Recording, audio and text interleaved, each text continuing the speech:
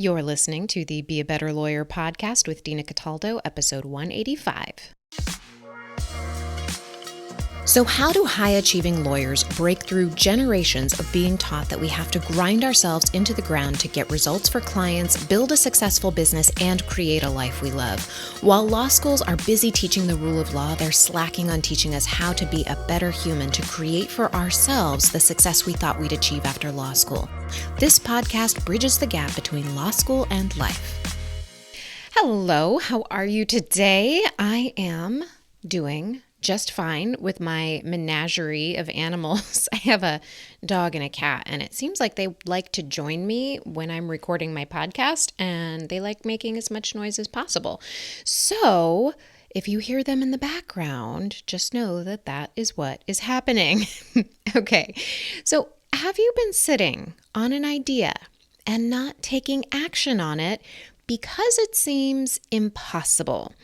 This is the episode you will want to listen to begin making it reality. And if you fall into the camps of having a ton of ideas that you ruminate on, or having zero ideas, you'll want to keep listening. Because for those of you who have a ton of ideas, I'm going to help you discover what you really want and take action. And if you have zero ideas and find yourself getting down on yourself because you think there's a right answer out there for you, this episode is going to help you begin thinking differently. You have ideas, but chances are you are denying them air to breathe. Ideas must be nurtured to help them grow into fruition. You're going to get a practice here that will help you nurture your ideas. This is the perfect segue to tell you about my new Masterclass. It's called Follow Through in 22, your step-by-step plan to reconnect with what you want, Strategize 2022, and finally follow through. If you're listening to this episode when it comes out, this masterclass is happening this Saturday at 8 a.m. Pacific. You can get all the details at dinacataldo.com/follow through 2022. That's dinacataldo.com/follow through 2022. Turning ideas into action is goal setting. So let me sell you on the idea of setting goals for yourself, even if it's not the new year. So first, setting goals is about becoming the most audacious version of you, like really thinking about what you want and going after it. It's really going to help you become the version of you who has a fuller, bigger life. Secondly, setting goals is how you keep your brain focused on what you want. It's easy to flit around from one shiny object to another, but it's hard to stay focused to get what you really want in your heart and will develop you as a person. The third reason I want to sell you on this is setting goals teaches us how to allow ourselves to have. So often we deny ourselves what we truly want because of what we think is realistic, or because we want to please other people. I see this all the time with my clients. What if you allowed yourself to have the life you wish you had? Now, you hear all the people talking about New Year resolutions. This masterclass is not about being just another person setting a New Year resolution that they're going to quit a couple months later. This masterclass is about becoming the boldest version of you. When you sign up, you get the follow-through guide. We're walking through it during the masterclass. It is the easiest and best place to start if you don't have an idea or a goal set yet. Inside, you will also find the process for achieving your goal with more ease and simplicity than you ever have before. It's the foundation for what I help my clients with. And if you've had trouble following through on your goals in the past, this masterclass and the guide will give you the tools you need to navigate the negative feelings like disappointment and feeling like a failure that inevitably come up when we go after something we've never done before. In this masterclass, you'll also avoid 3 big problems I see when people set goals that sabotage them along the way. The first one is in how they set the goal from the outset. You're going to learn how to avoid this, how to avoid the self-sabotage that comes from just setting the goal. The second is how they strategize their goals, making it harder on themselves than it needs to be. The goal here is to become the ultimate version of you. It's not to work yourself to death, okay? That is what this is all about here. And the third problem that I see is giving up on their goal and themselves before they've really even gotten started. So join me for Follow Through in 22. You can get all the details at dinacataldo.com/follow through 2022. And when you sign up, you're going to get an email sent to your inbox with the pre-work, including the guide that I just mentioned. Go ahead, sign up, and then start digging in. All right, my friend, let's talk about turning your impossible ideas into reality. You can use this episode to give you some inspiration going into the masterclass. The thing about ideas is that they come from everywhere and everyone. It's up to us to filter the ideas that are most important to us and what we want for ourselves. And when we do, oftentimes they seem impossible. You must decide on the idea and whether or not you want to take action on it. And I just sold you on why you want to take action on it.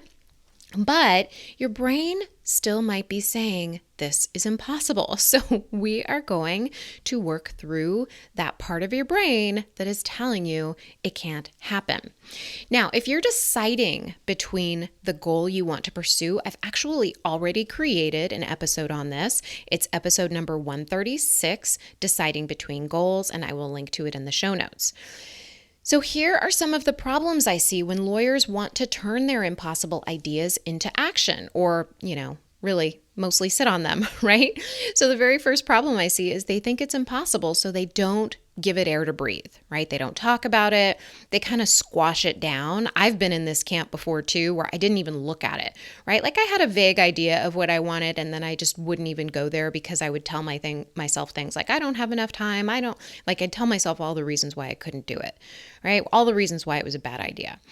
And that is the normal reaction for our brain. Our brain shuts down new things. It wants us to be comfortable. So if you're not paying attention to your thinking, you're not going to be able to catch it when it is going down that road. The second problem I see is that they get down on themselves for not pursuing it, beating themselves up, telling themselves they should be doing more. And of course, those are not really inspirational thoughts. They are not going to get you moving in the direction of making things happen. The third problem I see is people blaming themselves for their circumstances for why they can't pursue their impossible idea and say things like, if only X were different, then I could do that. And I have done that too. I have done all of the things that I am mentioning in this podcast, and that's why I can see them. So just notice when your brain is telling you why you can't pursue something because someone's not letting you do it. Somebody else is preventing you. You don't have enough time. You don't have enough money. Just notice when your brain is shutting down your impossible idea. And another thing that I hear them say is, they tell themselves it's just too hard, right? And of course, if you're telling yourself it's too hard, your brain is not going to want to pursue that. It's all in the business of preserving our life. So if we're going to do things that are hard, we've got to decide that we want that. And the reason why we're deciding to do that, because this is another problem I see, they don't have a compelling reason to take action on their idea. And that compelling reason has to be cultivated. We're not going to just not all of us anyway. I didn't have a compelling reason, right? My compelling reason was I wanted to make money. That was why I wanted to pursue what I wanted to pursue. But that wasn't enough for me. Money didn't really compel me to take action in the way that I wanted to take action. It felt very hustly. It didn't feel good. And so I needed to cultivate what was going to feel good. And for me, that was service. And when I started cultivating that part of me to take action, that felt really good. I'm more motivated to get up and be yes, let's get up. Let's do this. Let's write that email. Let's do that podcast. That feels really good. And so you've got to cultivate that, and you've got to do some trial and error and recognizing how it is It feels in your body when you think thoughts, because our thoughts create our feelings, and our behaviors are determined by our feelings. So if we don't feel really good about something, if we don't feel inspired and we don't feel really proud of the work that we're doing, then we're not going to be taking action. So the first step, or at least not the kind of action that is really going to get us the results that we want. Okay, so the first step is to generate your idea. Here are a few questions to answer that are going to help you discover which impossible idea you want to pursue and begin cultivating it. And let me tell you why I'm calling it an impossible idea. An impossible idea is, at the outset, impossible, right? Of course, anything that we have not created, it's not in our reality, it is impossible to our brain. So why not just call it impossible, right? This is important because our brain is going to tell us, no, we can't do that the whole time. But if we're just kind of going with the flow and saying, hey, yeah, of course it's impossible, we are going to just use our brain instead of letting our brain direct us. Okay. My coach calls it like the impossible goal, but right now we're just talking about ideas. So I'm calling it an impossible idea, since you're still kind of in that cultivating area as you're listening to this. So the questions to start asking yourself to discover the idea you want to pursue are these. What do you love to do? Like if nobody paid you, right? And you just could do whatever you wanted to do, what would you do? Play the guitar, go singing? Would you frolic in the woods? Whatever it is, what do you love to do? If you had 1 extra hour a day and you had all the rest you needed, what would you love to do with that time? I phrased this question for you if you're the person who would use that hour of sleep, right? I see you. I know you would just use that hour to sleep. I want you to think about it in this way, because if you just had extra time, what would you do? Because my guess is it wouldn't be like, well, I'll go clean that closet. Like if you're listening to this podcast, it's because you want to do something impossible. Now, if you decided to choose yourself and focus on the one idea you would spend time on, how might your life be different? How might you show up differently in the world? What do you think you would do differently? For me, when I chose what I wanted to do, I decided to change how my sleeping patterns were. I woke up earlier, I went to bed earlier. It gave me more time in the morning to do the important thinking that I wanted to do. If you couldn't fail, what would you do? So often we don't take action on things because we are afraid we're going to fail. Well, what if you couldn't fail, right? Failure, by the way, is inevitable. You have to fail in order to get success. That's just the thing. What is important is learning how to navigate failure. That is what we're talking about the Masterclass. That's what I talk about in this podcast. Navigating failure is the number one reason people either achieve their goals or they don't. It all depends on how they navigate the failures. You've got to fail. But because you haven't gotten into that practice yet, presumably, if you're listening to this, then if you couldn't fail, what would you do? Once you've filtered out your ideas, that's where your brain kicks into overdrive. It's going to tell you all the reasons it's a bad idea or you should have chosen the other idea to take action on. So I highly recommend you listen to episode 136, Deciding Between Goals, if that's what's going on. Once you've decided on your impossible idea, now it's time to take action. Get out a piece of paper and a pen. At the top, write out your idea. Write it in the present tense as if it's already happened. I'll use the example of me leaving the law since that's been on my mind. My statement would be, I'm leaving the law effective January 4, 2022. For some ideas, your brain will offer you all the reasons it won't work and it's just going to shut down. And that's exactly what happened when I first came up with this idea years ago. My brain didn't even want to see it. It was totally impossible. I couldn't even think about it. It was just it could not even be on my radar. It was that painful for me to think about. My brain just wouldn't go there. And that's okay. Now I have the tools. If I didn't have the tools back then, and I'm giving you the tools right now, so use them. It's okay to want things that seem impossible. It's okay to not believe right now. It's okay. Just tell your brain, I hear you. I'm just dreaming out loud. Don't worry. Don't worry. I'm not going to do it. It's okay to dream. I'm just thinking out loud here. Okay. I'm just going to write it down.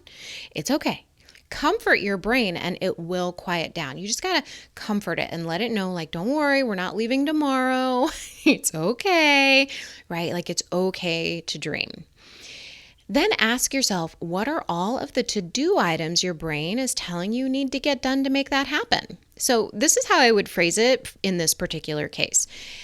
If I were going to do this, if I were going to leave the law, what would be all the things that I'd want done? What would make me feel safe? What are some of the ways I could make this happen? Right? Like, what are some ideas that I have about that? Like, how could I make this happen? This is likely going to take about 20 to 30 minutes, okay? And all the while, comfort your brain. If you're feeling nervous, a little anxious, like, just sit there and allow your brain to just kind of think on this. It will solve problems for you. Write down everything it comes up with. And it's going to tell you all the reasons why you can't do it right now, because you have a lot of other things you need to do, like organize your desk, organize your practice, read that book, blah, blah, blah. Go ahead, give that part of your brain a voice. It wants to be heard. It doesn't ultimately mean you listen to it. You're just using this time to let it all out so you can make space for the next part of this exercise. So for me, I would have things on my list like, I need to have a way to supplement my income. What might that look like? I could get ideas from podcasts. I could Google it. I could see what other people are doing. Like, how else are people making money? And what do I really like doing, right? Like, I could just start kind of looking around my brain, getting ideas, right? And ask myself things like, how much income would I need? I'd want to make X amount of dollars in the bank to feel safe. How might I start putting that aside? Like, what kind of things can I start doing now that's going to help me with that? And then I would list what my brain would tell me. Get the idea? So I want you to notice something. If you've moved on, if you're doing something else, come back to me here, okay? Notice what I did not do here. I didn't tell my brain I didn't know, right? I didn't let my brain go there or tell me, I don't know. I never said that to myself here. I kept asking open-ended questions to keep my brain working on the problem. When we say the words, I don't know, that's like shutting the power down on your computer. It stops computing for you. When we keep asking our brain quality questions, it will keep giving us answers. Also, I didn't ask myself a question like, do I have time for that? That's a horrible question because my brain is always going to tell me no. Instead, I ask something like, how can I make this as easy as possible? Where might I be able to create more time? What could that look like? Are there people who have done this before? Like, what do they do? Like, how do they create time? Like, I just start asking questions like that. So after you're done, take a breath. Now you have some space to do the next part of this exercise. Look at your idea statement. Ask yourself how you think you'd feel if it was already done. Really feel it in your body. Name it. Accomplished, proud, grateful, open, confident. Name the feelings that you're having in your body when you think about this. Take a few minutes here picturing yourself already having turned your idea into reality. It's already done, right? Take some breaths, releasing any tension in your body and really sink into it. And keep practicing this until you have really felt the feeling of having already accomplished it. Then ask your future self, what are the most important things she did to make her idea a reality? When I did this practice recently, this is what my future self told me to do. Be present, remind myself I'm safe, only pursue projects in alignment with my goal, cultivate relationships with like-minded people, love and take care of myself no matter what. There is some wisdom to be had here using this exercise, and feel free to steal any of those things that I just said, but you may get other messages, okay? Depending on where you are and what you want, ask yourself this question, and you may get messages like, say no to others more, be nice to myself, honor my time, create boundaries, believe in myself every day, even if it's hard. And I love this practice because it helps your brain start to overcome its barriers to doing new things. When I get quiet and connect with my future self, I get the deeper stuff that my soul needs to turn my idea into action, and I can filter out the unhelpful idea like my brain has. Like it has all these unhelpful ideas like, you should really reorganize your closet before you start writing that podcast. I just need to keep coming back to this practice over and over again. I can busy myself with everything my brain tells me I'm supposed to do, or I can allow myself to have what I want and take actions in alignment with what my future self tells me I need. And when I'm working from this space, I can look at my to-do lists and I don't feel overwhelmed because I can choose the most impactful actions towards making my idea a reality. And when I'm making my to-do list, I have my idea in my mind because I'm nurturing it and cultivating it. And so it naturally becomes the filter through which I do everything. This practice will help you get clarity on your idea and start taking action on it. It may seem impossible now, but you can make it happen. I see it all the time with my clients and the work that I do with my own brain. We're doing crazy, impossible things. I'm leaving the law in January 4th, 2022. Like I'm leaving the law. Okay, I've started a coaching business. I've created amazing clients that I connect with at deep levels. I have clients who are building businesses on top of their law practice that they never thought that they could do before because their brain was telling them they didn't have enough time or they didn't know what to do or they needed to pick the right thing, right? Like those are all the things that get in the way between us and our dreams, and doing this practice is going to help dissolve those. But even more importantly, like if you really want to take action, right? If you really want to make impossible ideas a reality, I am here for you. That is what I do. That's what I help my clients with. So book a call with me to learn how we can work together to make it happen. Go to dinacataldo.com/strategy session to book your call. I hope you have a wonderful rest of your week, and I will talk to you soon. Here's to doing the impossible. Bye.